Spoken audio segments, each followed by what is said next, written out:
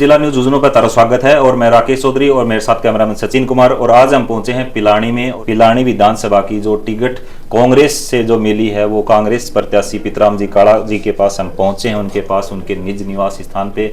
और पहले तो हम इनको कल ही रात को इनकी माँ का जो देहांत हो गया है तो उसके लिए देखो हम बहुत बड़ी संवेदना प्रकट करते हैं और हमारे चैनल की तरफ से और हमारी तरफ से हम चाहते हैं कि भगवान इनको इस दुख घड़ी में इनको संबल होने की शक्ति दे, इस दुख की घड़ी में इनको उनका साथ दे।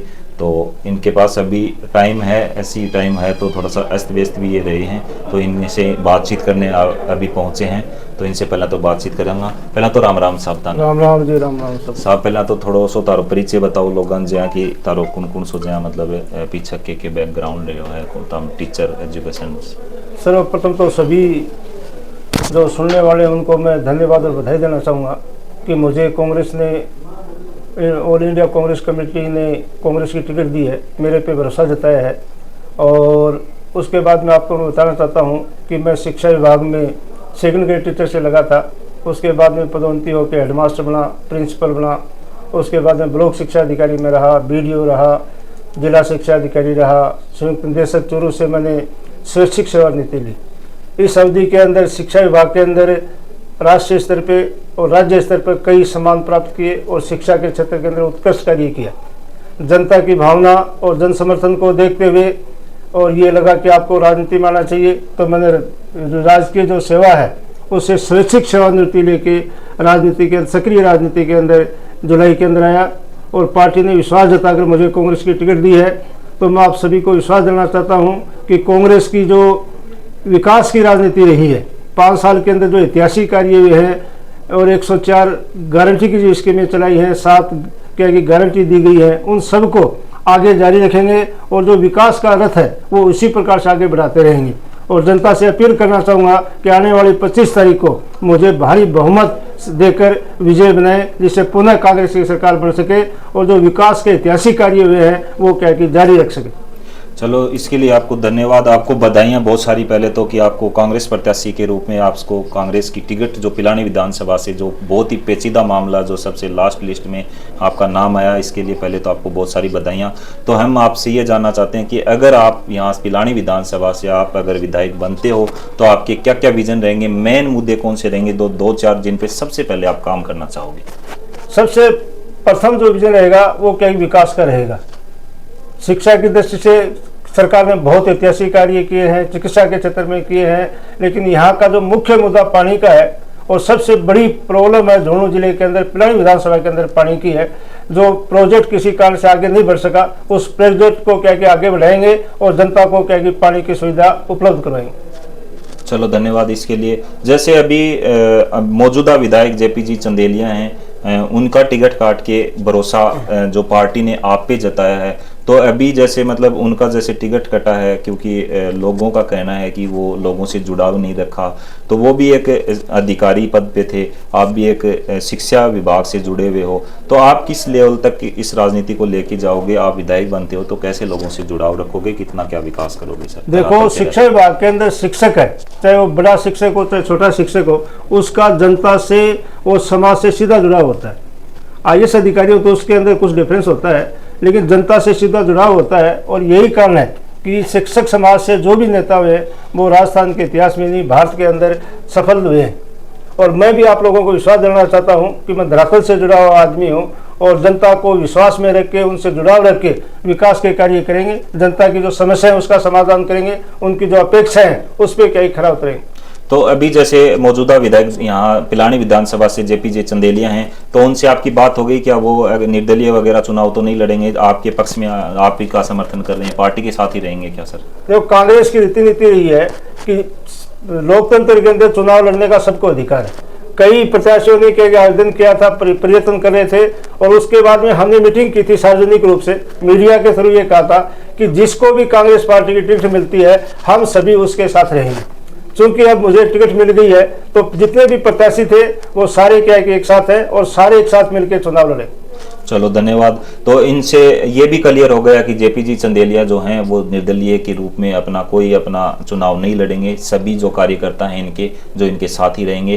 तो आगे हम इनसे बातचीत करेंगे। जैसे अभी आप पिलानी विधानसभा में जैसे अभी पीछे विकास कार्यों के बारे में अगर बात करें तो जेपीजी चंदेलिया ने भी ऐसे बहुत सारे कार्य करवाए हैं जो कि हाई लेवल के काम कर रहे हैं। उनका लोगों से जो कनेक्टिविटी है वो थोड़ी सी कम रही है। तो क्या अब की बार आप लोगों से कनेक्टिविटी पूरा बना के रखोगे, धरातल पे काम मतलब धरातल से जुड़ के काम करोगे? देखो, मैंने पूर्व में ही बताया था, कांग्रेस की जो सरकार है उसने ऐतिहासिक कार्य करवाए हैं। चाहे वो कोई विधानसभा हो, पिलानी विधानसभा हो, झुंझुनू विधानसभा हो, सूरजगढ़ विधानसभा हो, ऐतिहासिक कार्य हुए। लेकिन उनमें आम कार्यकर्ता है उनसे जुड़ाव नहीं होने के कारण से कांग्रेस की तरफ लोगों को उनकी तरफ थोड़ा वो हो गया था।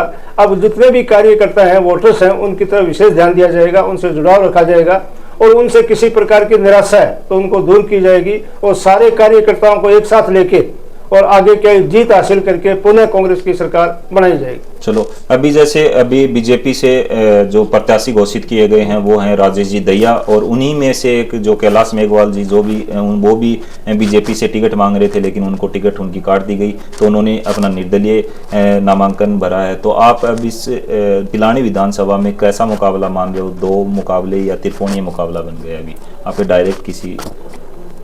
तो मैं आपको ये बताना चाहता हूँ, कांग्रेस ने 5 साल के अंदर ऐतिहासिक कार्य किए, तो उन कार्यों को देखते हुए जनता के अंदर आम धारणाएं बनी है कि कांग्रेस रिपीट होगी। तो इसके सामने एक आए दो से कोई फर्क नहीं पड़ता। बीजेपी का यहाँ कोई माहौल नहीं है। शुरू से जो पिलानी विधानसभा कांग्रेस की पृष्ठभूमि की रही है, तो यहाँ निश्चित रूप से कांग्रेस की सरकार बनेगी और लोगों ने मन बना चुका है कि अब की बार पिलानी के जो भी उम्मीदवार थे पहले भी, अब मेरे को क्या कि कैंडिडेट घोषित किया है, तो सभी जनता की भावना है आपको भारी मतों से हम क्या कि विजय दिलाएंगे। तो सर, जैसे अभी आप शिक्षा विभाग से जुड़े हुए थे, बड़े पद पे भी रहे हो, शिक्षा विभाग से आप रिटायर आए हो, तो अभी आप शिक्षा के रूप में आप किस तरफ कदम उठाओगे पिलानी विधानसभा में? और जैसे कुछ गांव हैं जहां पे इंग्लिश मीडियम स्कूलों की भी अभी बहुत सारे खोल दिए गए हैं, लेकिन अब भी थोड़ी सी पंचायत हैं जो बची हैं, तो उन पे शिक्षा विभाग में आप कितना काम करोगे सर? तो मैं बताना चाहता हूँ, अंग्रेजी मीडियम की बातें हैं तो जहाँ अंग्रेजी मीडियम की स्कूलें नहीं खुली हैं वहाँ इंग्लिश मीडियम की स्कूल खुलवाएंगे।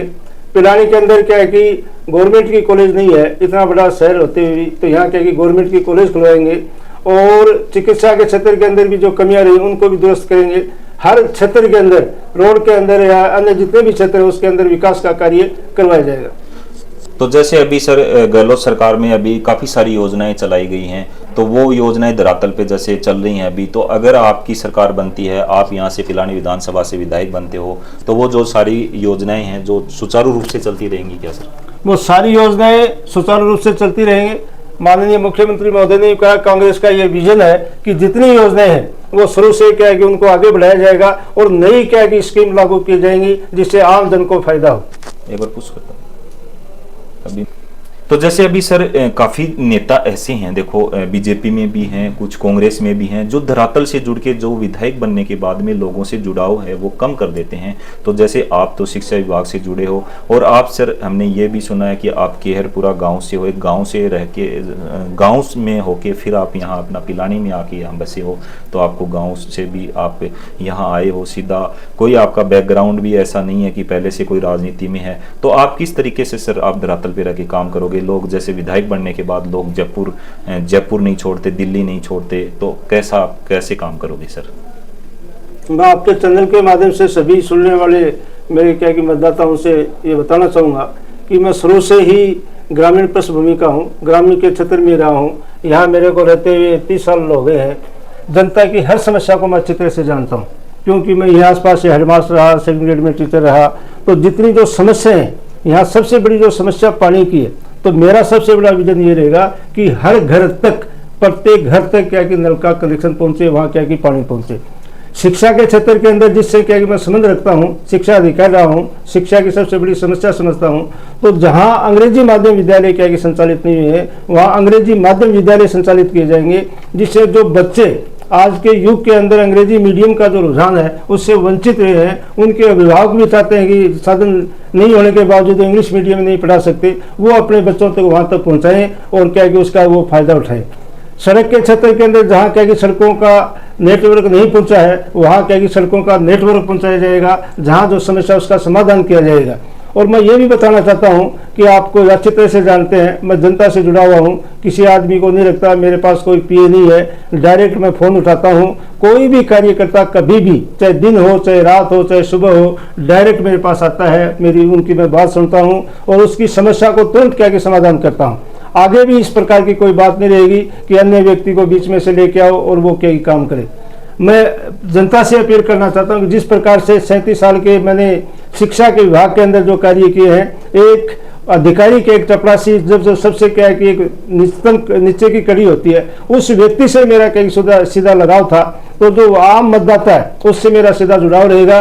वो कभी भी आ सकते हैं, कोई अपनी समस्या बता सकते हैं, उस समस्या का तुरंत क्या कि समाधान किया जाएगा।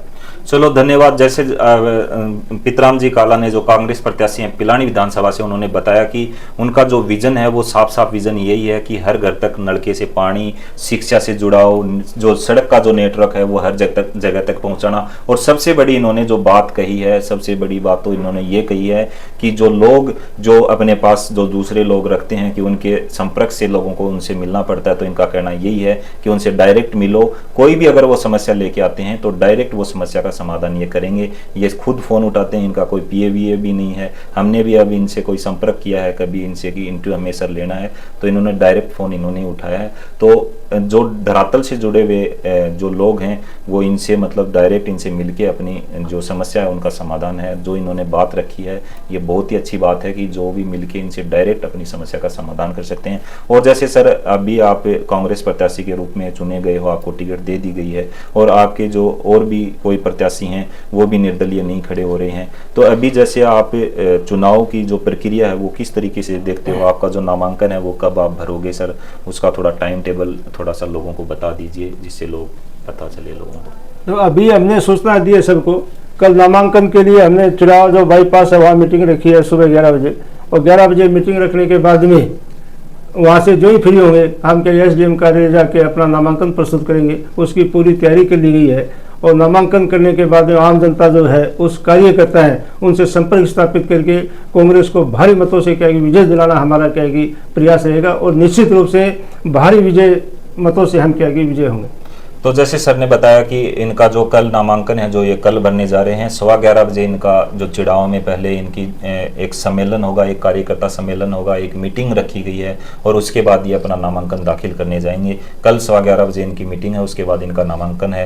तो इन्होंने जो बातें अपनी रखी हैं उस हिसाब से यही लग रहा है कि ये लोगों के डायरेक्ट संपर्क से जुड़ के लोगों का जो समस्या उनका समाधान करेंगे। और सर ने जो हमें टाइम दिया है इंटरव्यू के लिए उनको बहुत बहुत धन्यवाद और आपको बहुत बहुत बधाइयाँ। आपको मिला, आपकी कांग्रेस प्रत्याशी के रूप में आप चुने गए। और दूसरी बात यह कि इनको सरकार ने इन पे जो भरोसा जताया है इनके लिए बहुत बहुत बधाइयाँ। और ऐसे ही हमारे जिला न्यूज़ चैनल पे आप जुड़े रहिए नई अपडेट पाने के लिए। धन्यवाद। तो जय हिंद, वंदे मातरम।